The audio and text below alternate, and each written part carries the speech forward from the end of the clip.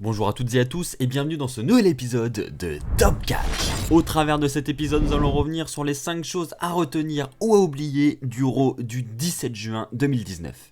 Nous avons eu un épisode de Raw encore un peu particulier je trouve ce soir, même si je l'ai trouvé légèrement meilleur que les derniers. On a eu de très bons points, on a eu des choses un peu comme d'habitude j'ai envie de dire, hein. Donc en ce qui concerne Shane McMahon, la rivalité avec Roman Reigns, etc. Ça tourne toujours plus ou moins en rond. Je pense la même chose du côté du titre féminin de Raw avec Lacey Evans. Voilà, je trouve qu'avec Becky c'est un peu pareil toutes les semaines. Donc c'est un peu dommage, mais on a quand même eu du bon et je vais vraiment le soulever durant cet épisode. Le Fatal 5-Way. Alors nous avons commencé la soirée d'une très bonne manière, enfin on n'a pas exactement commencé la soirée, mais c'était au début du show. C'était un Fatal 5-Way Elimination Match pour déterminer le challenger, le prochain challenger au titre des États-Unis et donc déterminer la personne qui affrontera Samoa Joe à Stomping Grounds, donc ce dimanche. Nous avions dans ce match The Miz, Bobby Lashley, Ricochet, Braun Strowman et Cesaro. Et je trouve qu'on a eu un excellent match. Voilà, tout simplement, je trouve qu'il y avait beaucoup de suspense. J'ai vraiment beaucoup aimé regarder ce match. Alors on a d'abord Strowman qui va éliminer Cesaro avec un Power Slam. Juste après, il y a l'élimination de Lashley, pareil. Et après, Lashley et Cesaro décident de se venger un petit peu de leur élimination et donc de revenir dans le ring pour s'en prendre à Strowman. Donc on a les deux superstars qui enchaînent leur prise de finition. On a un spear de Lashley sur Strowman suivi du neutralizer de Cesaro. Et on a Ricochet qui juste après va faire son saut à 630 degrés pour éliminer Braun Strowman du match. Et donc il ne reste plus que Ricochet et The Miz en finale du match. Et je trouve que déjà là on se dit waouh, déjà quoi qu'il arrive je serai content pour ce qui va arriver à Stomping Grounds. J'avoue j'aurais eu une petite préférence quand même pour Ricochet, même si j'adore The Miz, mais c'était histoire de dire on donne une opportunité à Ricochet parce qu'il le mérite et qu'il n'en a pas eu encore. Après, nous avons eu une petite guerre, hein, quand même, une petite guéguerre entre Strowman et Cesaro et Lashley. Donc, on a Strowman qui va balancer carrément Lashley dans les barricades. Ensuite, il va un petit peu courir après Cesaro qui était en train de se diriger vers les backstage. Et il va le pousser assez violemment, quand même, dans le décor en LED. Et donc voilà, on sentait un Strowman frustré. Et ensuite, finish du match entre The Miz et Ricochet. Et on a Ricochet qui remporte la victoire. Pareil, avec son saut à 630 degrés. Et donc on aura Ricochet contre Samoa Joe pour le titre des États-Unis à Stomping Grounds. Et ça, qu'est-ce que je suis content qu'il ait enfin cette opportunité. Je ne sais pas si ça va aller jusqu'à la victoire. Mais en tout cas, même rien qu'avoir l'opportunité d'avoir le titre des États-Unis, c'est déjà très bien et je suis content qu'ils aient offert cette place à Ricochet. Au moins ça change. Ça m'aurait un petit peu frustré que ce soit un Braun Strowman ou un Bobby Lashley. Surtout qu'on a beaucoup vu Bobby du côté du titre intercontinental aux alentours de WrestleMania et c'était franchement pas concluant. Donc voilà, ça m'aurait frustré, mais là c'est très très bien, très bon choix. Je suis super content, donc clairement un point à retenir de cet épisode de Raw.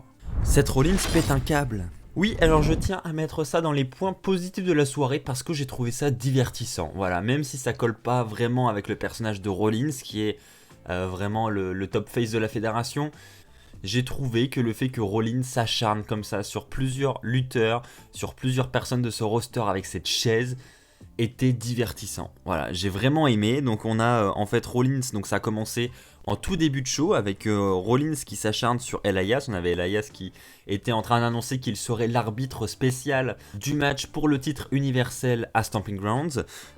Et donc il a pas eu le temps de finir son speech qu'il s'est sauvagement fait attaquer par Rollins avec cette chaise. Ensuite on a eu Corbin en interview, pareil, il s'est pris un petit coup de chaise de la part Rollins, voire plusieurs. On a ensuite l'annonce de EC3 en tant qu'arbitre spécial. Le pauvre, il aura à peine le temps de faire son entrée que Rollins arrivera derrière et lui assénera des coups de chaise. Ensuite, on aura Eric Young en backstage, pareil. Il aura même pas eu le temps de dire qu'il acceptait ou qu'il refusait, qu'il se sera pris un coup de chaise. Enfin voilà, il y a eu plusieurs segments comme ça et plusieurs lutteurs ont pris cher avec cette chaise auprès de Rollins. Et moi j'ai trouvé ça cool, voilà, je tenais à le mettre dans les points à retenir parce que j'ai trouvé ça divertissant. Après, oui, effectivement, c'est bizarre de voir Rollins s'acharner comme ça en tant que face.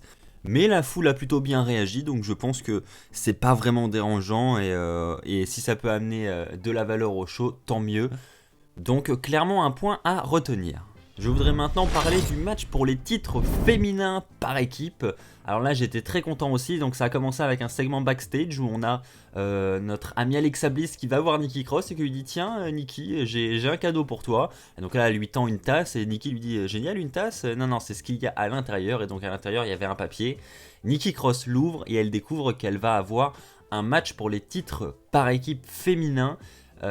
Plus tard dans la soirée, et donc Alexa Bliss lui dit voilà je voulais t'offrir ta chance machin machin, et donc on arrive au match, et déjà une très bonne surprise d'avoir un match pour les titres féminins par équipe, parce que depuis WrestleMania, excusez-moi, mais j'avais un doute franchement si ces titres existaient encore, je ne sais pas. Au moins là on a la preuve formelle, oui les titres sont encore là. Et oui, ils peuvent être défendus. Non, blague à part, franchement, c'est une très bonne nouvelle et c'est très cool de voir les titres, parce que c'est vrai que c'est abusé quand même que depuis WrestleMania, on a les Iconics en tant que championnes. Donc elles ont fait des speeches par-ci par-là pour nous montrer qu'elles étaient championnes. Mais niveau défense de titres et niveau mise en avant des titres, waouh, ça y était pas quoi, hein, clairement pas. Donc oui, premier point, c'est déjà super cool d'avoir une défense des titres par équipe féminin, et en plus en weekly. Je trouve ça cool d'avoir des défenses de titre en weekly. Ça montre au moins qu'il peut se passer des choses en weekly. Même s'il n'y a pas de changement de titre, au moins il y a des matchs de championnat. Et voilà, on montre aux fans que dans les weekly, on peut aussi éprouver de l'intérêt. Et maintenant en ce qui concerne le match, donc on avait Bayley aux alentours du ring, donc forcément on se doutait directement qu'elle allait intervenir à un moment ou un autre, ou au moins faire une distraction pour empêcher Alexa Bliss de remporter les titres.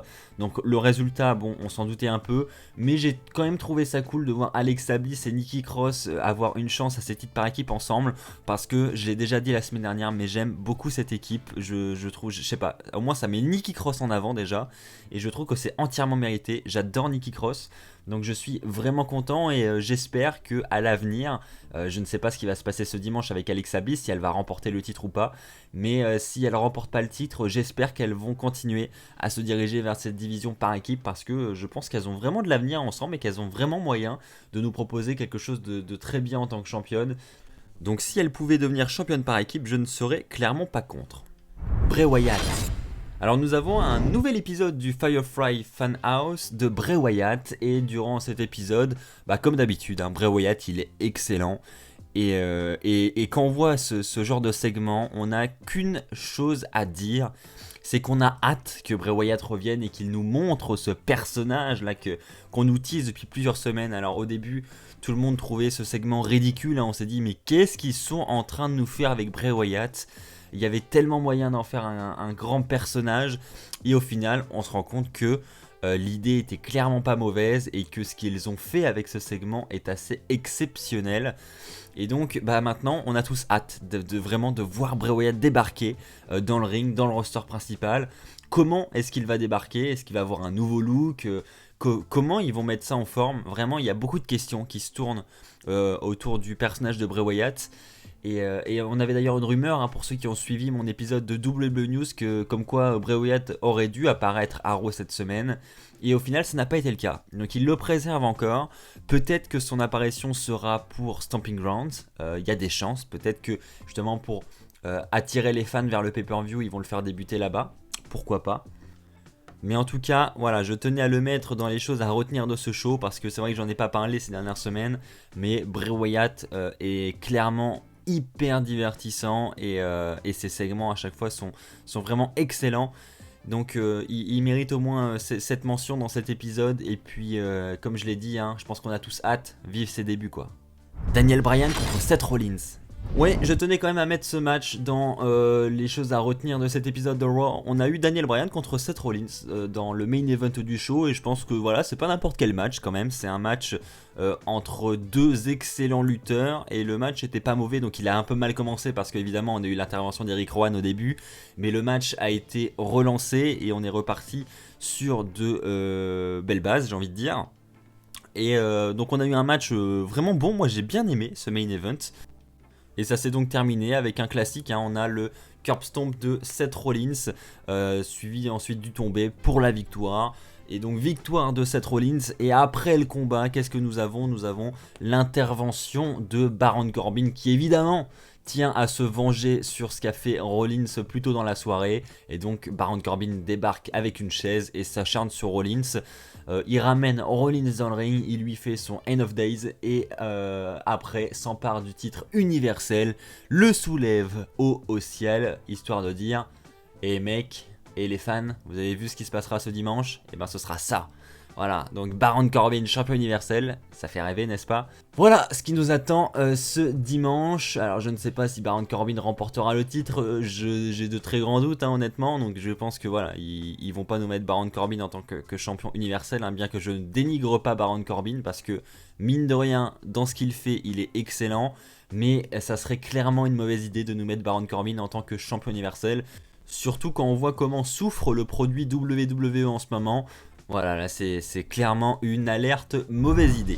Voilà, c'est ainsi que s'achève cet épisode de Top Catch, j'espère qu'il vous aura plu. Si c'est le cas, comme d'habitude, n'hésitez pas à lâcher un pouce bleu, n'hésitez pas à vous abonner et activer la petite clochette pour ne pas rater les prochaines vidéos qui sortiront sur la chaîne. On se retrouve très vite pour de nouvelles vidéos, d'ici là portez-vous bien, et comme d'habitude n'oubliez pas, soyez toujours très fiers d'être fan de catch. Allez, bye tout le monde!